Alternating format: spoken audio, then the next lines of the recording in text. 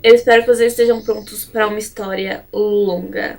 Bom dia, pessoal. Meu nome é Nathalie e bem-vindos a mais um vídeo aqui no meu canal. Hoje a gente vai falar sobre um caso histórico. Pode ser considerado um caso criminal, mas é mais um caso histórico, uma coisa que aconteceu e que eu não sabia que tinha acontecido, uma coisa muito interessante que a gente quase nunca ouve falar, assim como vários outros casos que eu tenho visto na internet recentemente, que são coisas que a gente nunca ouve falar aqui no Brasil, mas são coisas muito interessantes. Então, vamos começar? Mas é claro, antes eu gostaria de dizer que eu não quero ofender ninguém com as coisas que eu falo nesses vídeos. Eles são feitos por motivos educacionais, principalmente esses com fatos históricos. Feitos por motivos educacionais, para que esses casos fiquem mais conhecidos e esses assuntos sejam mais discutidos. No vídeo de hoje, eu vou descrever muitas coisas como feridas e doenças. Então, se você tem algum problema com isso, eu vou avisar o gatilho antes de eu falar sobre essas coisas, porque o resto da história é muito interessante. Eu recomendo que você assista mesmo assim. Mas toma cuidado, eu já tô avisando logo no início. Vamos falar então sobre as garotas radioativas. Tudo começou em 1898 com Marie e Pierre Curie? Eu não sei, eu ouvi várias pessoas falando desse nome de várias maneiras diferentes. Marie Curie, Marie Curie, eu não sei. Um casal de cientistas. Resumindo, bem resumidinho, se alguém aí tem um conhecimento melhor da história desses dois e quiser falar melhor nos comentários, por favor, me corrijam, que eu posso estar errada. Pelo que eu entendi, em 1898, a Marie estava fascinada com a possível existência de um novo elemento químico. Nessa época, muitos elementos químicos que a gente conhece hoje em dia, que a gente aprende no colégio, eles ainda não haviam sido descobertos. Então a Marie, ela estava pesquisando o elemento químico urânio. Um outro cientista havia feito a descoberta recentemente de que o sal de urânio emitia raios ou luz própria. E quando a Marie soube disso, ela decidiu que ela tinha que descobrir o que estava acontecendo, de onde vinham esses raios, essa luz que o urânio em si produzia sozinho. Eventualmente, o casal conseguiu isolar um elemento 84, ou o polônio, e foi o nome que eles deram, em homenagem à terra natal deles, acredito eu, polônio. E com essa descoberta, eles também puderam isolar o elemento 88, rádio. E o rádio é o personagem principal dessa nossa história. Em 1903, a Marie foi a primeira mulher a receber o Prêmio Nobel pela descoberta, e ela recebeu outro em 1911. Antes da premiação, em 1902, a descoberta do rádio foi publicada ao mundo, e não demorou muito para as pessoas quererem utilizá-lo. O capitalismo tomou conta do rádio, essa foi a verdade. Na época, ninguém sabia o quão perigoso ele era de verdade, ninguém sabia sobre a radioatividade e o quão intensa ela podia ser contra a gente. Eles simplesmente viam como uma nova matéria-prima, capaz de fazer várias coisas incríveis, como brilhar e ajudar com câncer, a gente já falava mais sobre isso, mas eles só viam como essa matéria-prima incrível, capaz de fazer coisas maravilhosas pelos seres humanos. Então, eles usaram o máximo que eles podiam. A Marie e o Pierre descobriram que o rádio tinha propriedades que destruíam o tecido humano, as células humanas, que é a radioatividade. Então, os médicos começaram a usar para destruir tumores em corpos de pacientes. O rádio foi usado como remédio para o câncer e foi visto como aquilo que podia curar qualquer coisa. Até hoje, sim, a radioatividade é usada em tratamentos para o câncer, só que ela é usada em quantidades mínimas, assim, só o suficiente para destruir o câncer e não atingir o resto do corpo da pessoa, ou atingir o resto do corpo da pessoa o mínimo possível, né? Claro que às vezes não tem como, mas na época, gente, eles não sabiam que era perigoso, eles só sabiam que matava o câncer, sem perceber que podia estar matando o resto do corpo ao mesmo tempo. Então eles usavam pra tudo. E como ninguém conhecia os perigos, vocês já entenderam onde eu quero chegar? Eles acreditavam que se podia curar o câncer, podia curar qualquer coisa.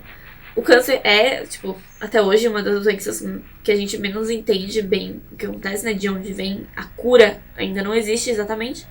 Então, eles achavam que tinham encontrado a cura. E que se podia curar o câncer, podia curar qualquer coisa. Então, eles simplesmente usavam pra tudo. Na América, principalmente, tá? Isso, o que eu vou dizer aconteceu na América.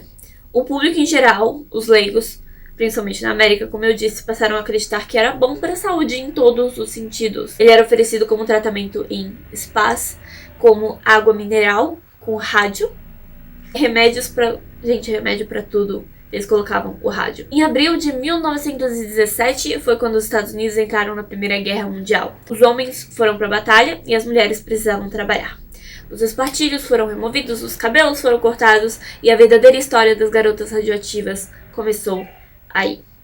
Muitas mulheres iam trabalhar em fábricas, costureiras, lavadeiras, motoristas, montadoras e dial painters. Esse era o título que se dava às moças que pintavam pequenos números em reloginhos de pulso, ou relógios normais, mas quase sempre em reloginhos de pulso caríssimos. Era um emprego muito bem pago, precisavam ter as mãos bem habilidosas, eles tinham que pintar com pincéis muito fininhos e a tinta era muito cara. O motivo pelo qual esses relógios eram tão caros e a tinta era tão cara é porque ela era usada para pintar os números, ela brilhava no escuro. Ela era vendida para os militares para usar no campo de guerra à noite.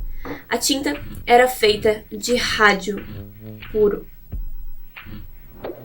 E por isso ela brilhava no escuro. E não podia ser desperdiçada porque o rádio era muito caro. Era considerado uma matéria-prima incrível, então quem vendia cobrava caro. Nós vamos falar de uma fábrica específica onde basicamente foi a primeira que se tem, assim, né, que se tem relatos.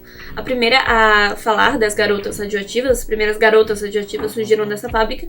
Então a gente vai falar sobre a Radium Luminous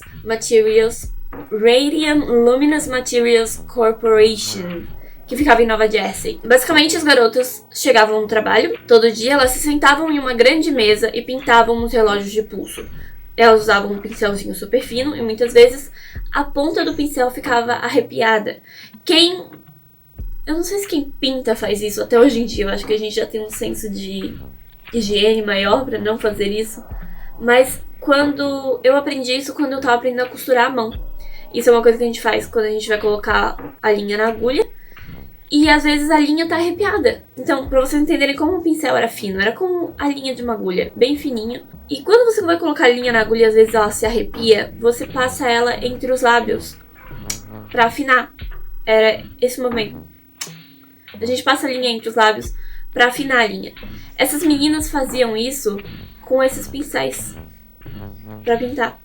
Elas comiam rádio puro pintando esses relógios. Basicamente era isso. Elas consumiam a rádio pela boca várias vezes ao dia.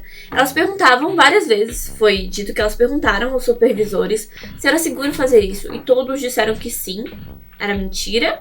Eles simplesmente não ligavam pra elas, eles sabiam que era perigoso, mas eles não ligavam pras meninas. E se fazer esse movimento com os pincéis, colocar na boca, fazia com que a qualidade dos relógios fosse maior, já que era pintado à mão, eles permitiam que elas fizessem isso.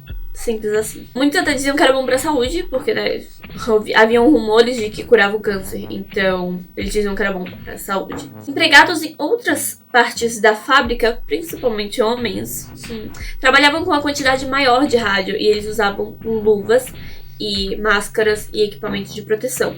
Mas as meninas não usavam nem luva, elas simplesmente pintavam com rádio puro e comiam rádio puro todos os dias. O dono da empresa era um doutor austríaco, ele era o criador da tinta que brilhava no escuro. Esse doutor conhecia muito bem os perigos da radiação e ele teve até que amputar um dedo por causa da radiação que havia consumido a mão dele, né? Manejar a tinta, criar essa tinta que brilhava no escuro. Existe uma história, eu não sei se é real, assim, mas algumas pessoas falaram sobre essa história, de que um dia ele estava na fábrica, o que raramente acontecia, e ele viu uma das moças afinando o pincel entre os lábios. Ele a olhou nos olhos e disse: "Não faça isso, você vai ficar doente." Quando ele foi embora, o supervisor disse pra ela que ele só estava brincando e que era tudo muito seguro. Sabe quando você vai lendo um livro sabendo o que vai acontecer e você sabe o final e você tá ali, tipo, meu Deus, como é que deixaram essa gente fazer isso? Foi assim que eu me senti ouvindo essa história e lendo essa história. E eu espero que vocês também estejam se sentindo assim, porque, meu Deus, saber que foi permitido que elas simplesmente fizessem isso. É agora que fica feio. Eventualmente eu vou parar de descrever os machucados. Então, se você tem algum problema com machucados, descrição de feridas, você pula pra essa parte, tá? Porque eu vou começar a falar sobre os sintomas que as meninas começaram a apresentar. E fica feio mesmo, pessoal. No ano de 1922, 5 anos depois dessa fábrica ser aberta, a primeira mulher começou a exibir sintomas estranhos. Molly Magia tinha dor de dente. Simples assim, ela tinha muita dor de dente, ela foi no dentista, removeu esse dente e voltou pra casa. Naquela época, era assim que se tratava todo e qualquer problema que a pessoa tinha na boca, arrancava o dente e ia embora, não tinha muita coisa que eles pudessem fazer. Porém, a dor nunca parava, o machucado nunca sarou. Ela arrancou o dente, esperou que passasse, mas nunca passou, nunca sarou. E outros dentes começaram a doer e o dentista não podia fazer nada a não ser arrancar os dentes e limpar as feridas. Mas a Molly só piorava. Além da dor de dente muito forte, ela também tinha muita dor nos braços e nas pernas. E ela acabou perdendo quase todos os seus dentes. Quando foi ao dentista pela última vez, ela só tinha um dente ainda na boca, um dente permanente, vamos dizer assim. Ela era adulta, pessoal, então todos os dentes dela já eram permanentes. Todos foram arrancados, menos um. Ela foi ao dentista e ele tentou extrair o último dente. Quando ele puxou esse último dente, a mandíbula inteira da Molly se quebrou, se desfez na frente dele. E ele não conseguia explicar o porquê. A mandíbula inteira dela. Gente, a mandíbula é isso tudo. Desde aqui até o queixo. Toda essa parte dela simplesmente se desfez na frente do médico.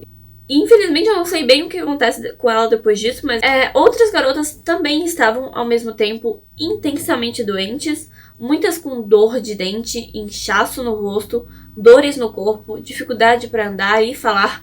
E muitas dessas garotas, elas não se falavam mais. Tipo, elas tinham trabalhado na fábrica há muito tempo, elas não trabalhavam mais. Elas não se falavam mais. Então algumas delas não sabiam que as outras estavam passando por isso. Não tinha redes sociais. A gente vai falar depois também sobre outras fábricas onde a mesma coisa estava acontecendo. Porém, ninguém sabia que isso acontecia em vários lugares diferentes para ligar os pontos.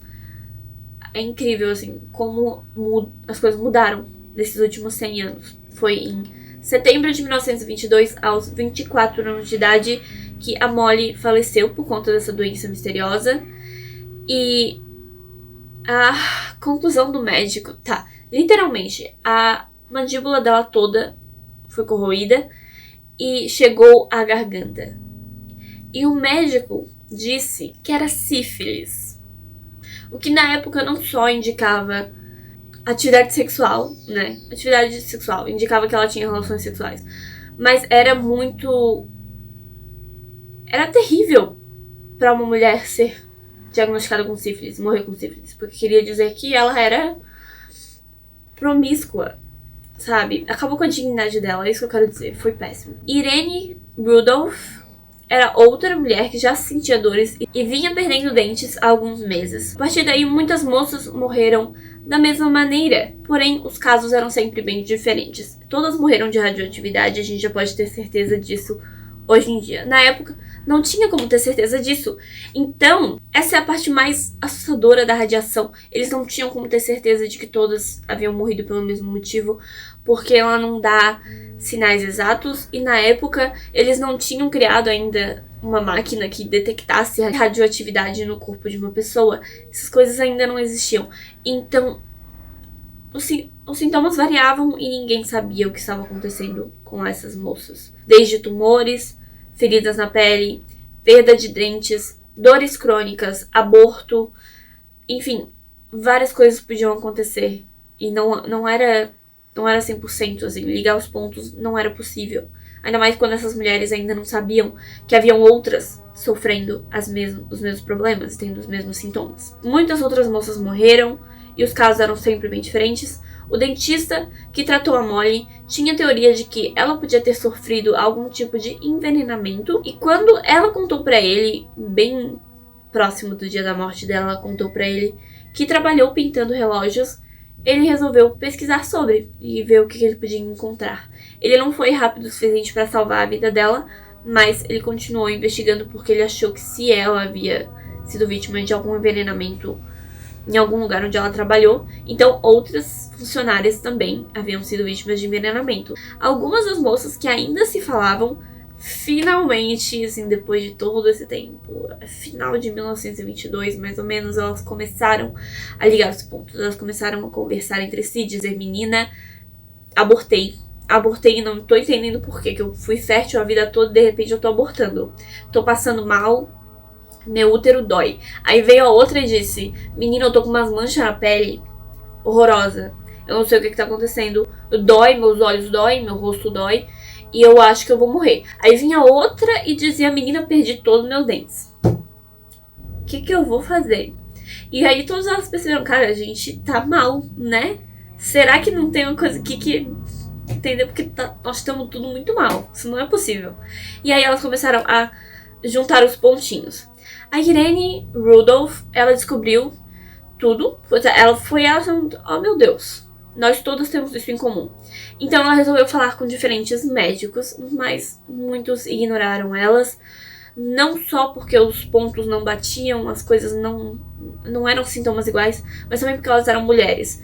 E mulher só faz drama, né? Em um último esforço, a Irene denunciou a empresa para a Divisão de Higiene Industrial, olha só o nome do negócio, por envenenamento. Eles investigaram as fábricas e perceberam o que estava acontecendo. Perceberam que sim, muitas funcionárias, principalmente mulheres, porque as mulheres não usavam proteção nenhuma quando estavam usando o rádio, o puro, radioatividade pura. Elas perceberam que várias outras mulheres estavam sofrendo isso. Um oficial disse que a radioatividade não causaria necrose nos ossos ou nos dentes, então as moças como a Molly e a Irene, que estavam sofrendo ali na boca, não eram mais associadas ao rádio. A morte delas não era mais associada ao rádio, até que depois, né, com tudo que aconteceu, elas finalmente foram associadas à radioatividade. Mas é muito estranho que vários casos diferentes aconteceram.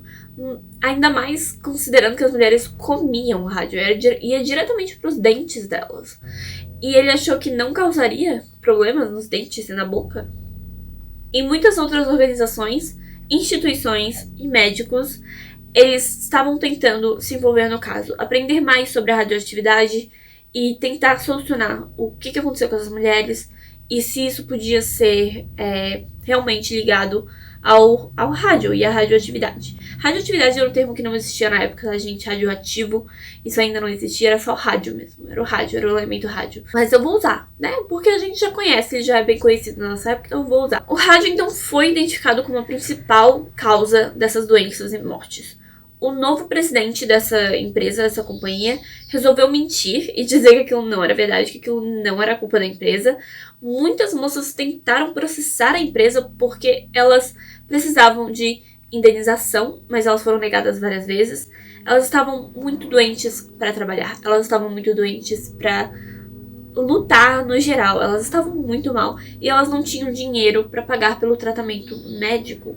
Tratamento médico nos Estados Unidos é muito caro e já era caro naquela época. E elas não trabalhavam, elas não tinham como trabalhar, elas estavam doentes demais para conseguir dinheiro, para conseguir pagar pelo tratamento médico. Simplesmente elas não tinham o que fazer a não ser tentar processar a empresa para conseguir o dinheiro, para conseguir o tratamento médico. Outra coisa que elas não sabiam na época e que os médicos que estavam tentando tratá-las não sabiam na época é que a radioatividade não tem cura. Não tem como remover a radioatividade do corpo. Ela vai ficar lá, ela tá lá. Mesmo depois que o corpo morrer, ela ainda tá lá. E a gente vai falar sobre a descoberta ainda também. Mas não tinha o que fazer. E elas não sabiam disso. Então elas ainda queriam continuar lutando, continuar procurando uma maneira de ter tratamento médico para tentar melhorar. Mas elas não conseguiam. Foi em junho de 1925 que um homem morreu por causa do contato com o rádio. O primeiro homem a morrer pelo contato com a radioatividade nos Estados Unidos, nessas empresas de relógios. E foi o primeiro empregado homem a ter a morte confirmada como radiação, o suficiente para chamar a atenção das pessoas. Foi aí que o pessoal resolveu lutar pelo direito dos trabalhadores dessas fábricas que estavam sendo afetados pela radioatividade. Quando um homem morreu. Ok? Uma autópsia foi feita nesse homem, coisa que não foi feita em nenhuma das outras mulheres que morreu até agora. Várias já haviam morrido, várias já podiam ter sido usadas pra descobrir aí o rádio e a radioatividade. Mas não, um homem precisou morrer pra isso realmente ser feito. Foi a primeira vez que foi a primeira vez que restos mortais em um corpo humano foram testados para radioatividade de alguma maneira, e o resultado foi positivo. O mesmo especialista que testou esse corpo resolveu testar em pacientes vivas, ou seja, nessas mulheres que estavam no hospital ou doentes, né? E ele queria ver se elas também apresentavam a radioatividade. 2 irmãs que estavam no hospital apresentando diferentes sintomas completamente diferentes, mas que haviam trabalhado na fábrica, foram testadas. Uma estava bem pior que a outra. Uma delas simplesmente não conseguia andar de dor nas pernas. A outra já estava praticamente morrendo. Ela estava de cama no seu leito de morte, praticamente. As 2 foram testadas.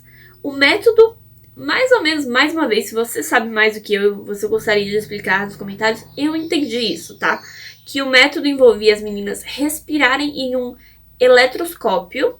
Assim, a radioatividade seria medida no ar que elas expeliam. O resultado foi enorme. Elas eram extremamente radioativas. Também teve um teste que eu não anotei aqui porque eu não entendi direito, mas se alguém sabe como aconteceu, é bem interessante. Eu achei muito interessante, mas eu não entendi direito. Que envolvia fotografia. Fotografia, você tira foto da luz, né? Principalmente as fotografias antigas em que era em negativos. Né? Em negativos, você vê a cor escura sendo a luz. É a luz que a pessoa ou que o elemento emite. O elemento, a gente já falou, é radioativo, ele emite a própria luz. Ele tem luz própria, por isso ele era usado nos reloginhos de pulso. E aí ele usou uma chapa fotográfica, esses mesmos cientistas, para testar a radioatividade nas meninas ou no primeiro homem. Em algum deles, ele usou a chapa fotográfica e brilhava muito. Eu achei isso muito interessante. É isso. As meninas que foram testadas, elas faleceram um pouco tempo depois. Novas autópsias e testes foram feitos e os cientistas conseguiram comprovar também que os corpos continuavam emitindo a radiação mesmo depois da sua morte. Quando a radioatividade se coloca dentro de um corpo, ela continua produzindo radioatividade durante anos. Ela não pode ser removida, ela não tem cura, ela continua lá durante anos. Esses corpos vão continuar emitindo radiação, e aí eles resolveram estimar ali a meia-vida, que é uma coisa também que a gente aprende no colégio.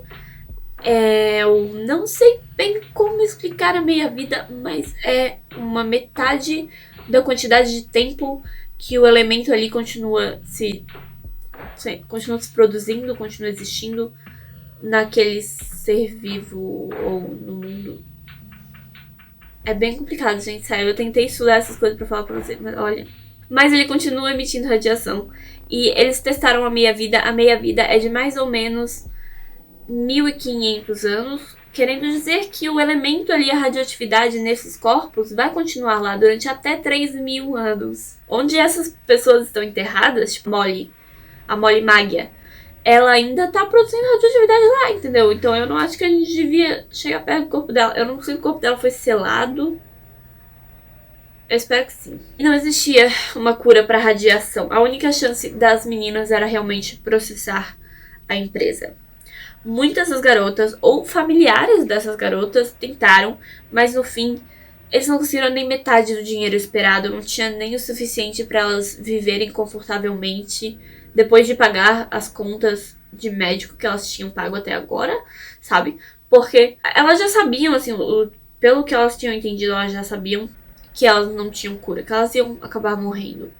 Elas só podiam, assim, aprender a lidar com a dor que elas estavam sentindo até que o corpo delas desistisse e morresse. Simples assim. O que elas podiam fazer? Conseguir esse dinheiro, essa indenização, pagar as contas médicas que elas tinham até agora e viver confortavelmente até o fim da vida delas. Que não era muito tempo também. Mas eles não conseguiram o suficiente nem pra isso. Nem pra pagar as contas, nem pra pagar o advogado. Foi bem ruim. Foi bem péssimo. Chegou ao ponto em que algumas delas simplesmente desistiam, iriam pra casa de algum familiar e ficavam lá até falecerem. Uma coisa que eu não entendi bem e que eu achei que fosse acontecer, mas aparentemente não. Elas estavam emitindo essa radioatividade, mas quem entrava em contato com elas pegava essa radioatividade, acabava tendo também a radioatividade, acabava afetado também. Porque eu vi várias pessoas, assim, em fotos principalmente. Tipo, as moças em si, que já estavam todas afetadas pela radioatividade, tudo bem. Agora, o dentista que arrancou dentes da Molly, o primeiro dentista, os advogados delas, as famílias delas. Eu não vi, na verdade eu não encontrei se eles foram afetados também por essa radioatividade. Se essas moças estavam transmitindo radioatividade no dia a dia. Mas, é claro, muitas pessoas estavam consumindo rádio naquela época em água, em spas, em tratamento para o câncer, em outros remédios para outras doenças. Então, provavelmente todo mundo tava mal, né? Eu me pergunto se, tipo, uma pessoa que tá completando 100 anos agora e que era bebê naquela época, será que essa pessoa tem traços de radioatividade nela? Se a gente perguntar, se a gente testar? Eu realmente fiquei assim, sabe? Porque é muito interessante. Eu não... Enfim, sabe como as coisas passam pela nossa cabeça? Muitas mulheres que trabalhavam em outras fábricas começaram a ficar doentes e alguns casos nunca foram levados a sério, alguns casos nunca foram ligados, assim, pode existir até hoje muitas pessoas por aí que dizem: ah, minha avó morreu de uma doença muito estranha. Ela trabalhava nisso, naquilo, nos anos 20, e ela faleceu de uma doença muito estranha, de manchas que apareceram na pele dela, mas nunca foi diagnosticada, ou alguma coisa assim. Pode até hoje não ter sido ligada à radioatividade de maneira nenhuma. A notícia demorou pra se espalhar, como eu já falei aqui, não tinha rede social. Milhares de pessoas morreram anualmente pelo contato com rádio.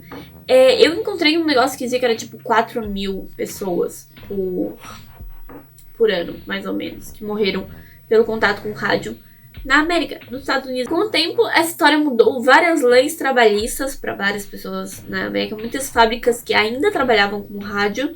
Sim, o rádio continuou sendo usado, mesmo as pessoas sabendo que o pessoal estava morrendo. Não, vamos continuar produzindo as coisas com rádio. E aí a quantidade foi diminuindo enquanto as leis foram mudando. E chegou ao que é hoje, que é só realmente um tratamento ali do câncer severo e essas coisas. Mas é isso. Foi bom, foi legal. Gostei de ter feito esse vídeo. Foi difícil, eu sei que vai ser mais difícil ainda editar, mas eu gostei. Se você gosta desse tipo de conteúdo, mistérios, casos criminais, jogos de realidade alternativa, histórias super interessantes que eu encontro na internet, tanto histórias reais quanto fictícias, mas quase sempre reais. Eu realmente tento me ater aos fatos, e se eu não tenho certeza do que eu tô falando, como eu fiz aqui, eu falo que eu não tenho certeza do que eu tô falando. Se inscreve no meu canal, eu tenho esses vídeos 5 dias por semana e eu tô voltando com tudo. Muito obrigada se você deixou seu like, seu comentário, se você tem alguma sugestão de história interessante pra eu contar aqui no meu canal, pode sugerir nos comentários. Eu vejo vocês amanhã pro próximo vídeo. Tchau!